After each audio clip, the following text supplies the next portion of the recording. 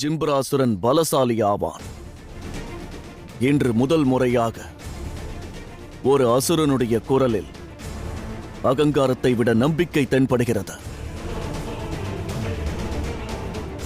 அந்த அசுரன் தன் தாக்குதலை பதுங்கியிருந்து செய்யவில்லை. மிகவும் வெளிப்படையாக சிவனையும் சக்தியையும் நேரடியாக யுத்தத்திற்கு அழைக்கிறான்.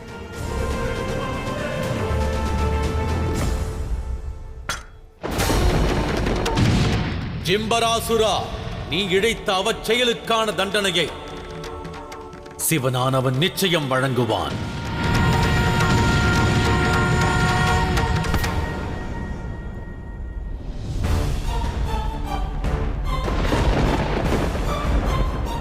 தாங்கள் அல்ல, நான் அவனை தடுத்து நிறுத்துவேன். நான் அவனை தடுத்து நிறுத்துவேன்.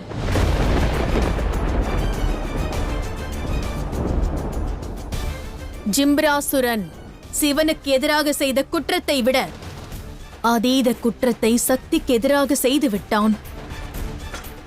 அவன் எந்த அளவிற்கு சிவனின் மனதை வருத்தினானோ அதைவிட அதீத வருத்தத்தை இந்த சக்தியின் மனதிற்கு தந்திருக்கிறான்.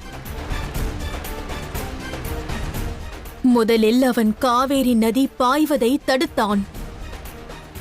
இயற்கையின் தேவிக்கு அவன் சவால் விடுத்தான்.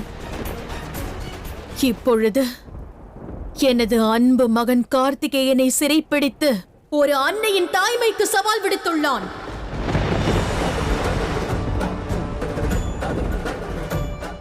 ஆகையால் இன்று இயற்கையின் தேவியும் ஒரு அன்னையும் ஒன்றாக செல்வோம்.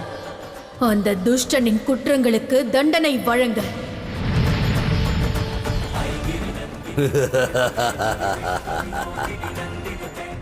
ஜிம்பராசுரா, உன் பாவங்களின் எண்ணிக்கை அதிகரித்து விட்டது.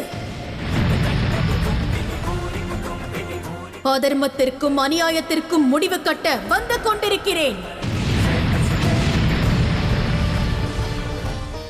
உனது முடிவை எதிர்கொள்ள தயாராக இரு.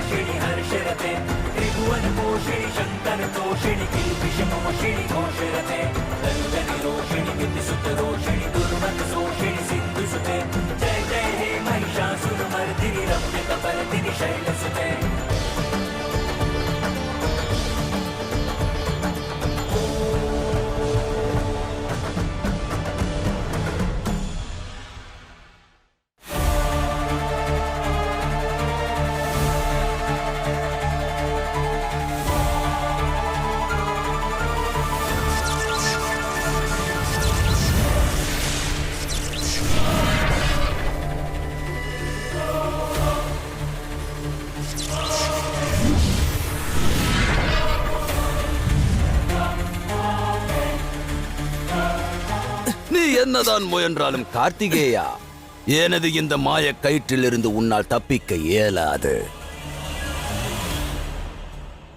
எனது கரங்களை கொண்டு சிவசக்தியை வதம் செய்த பிறகு உன்னை இந்த வேதனையிலிருந்து நானே விடுவிப்பேன் கார்த்திகேயா.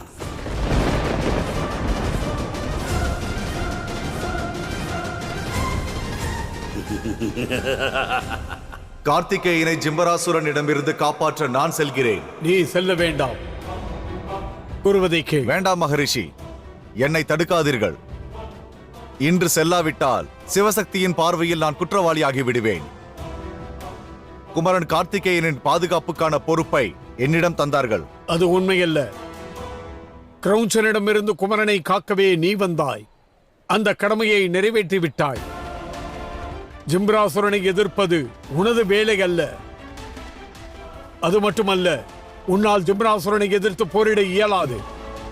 அந்த துஷ்டனை சம்ஹாரம் செய்வதற்காக தேவி பார்வதியே வந்து கொண்டிருக்கிறார்கள். தேவி பார்வதியே வந்து கொண்டிருக்கிறார்கள்.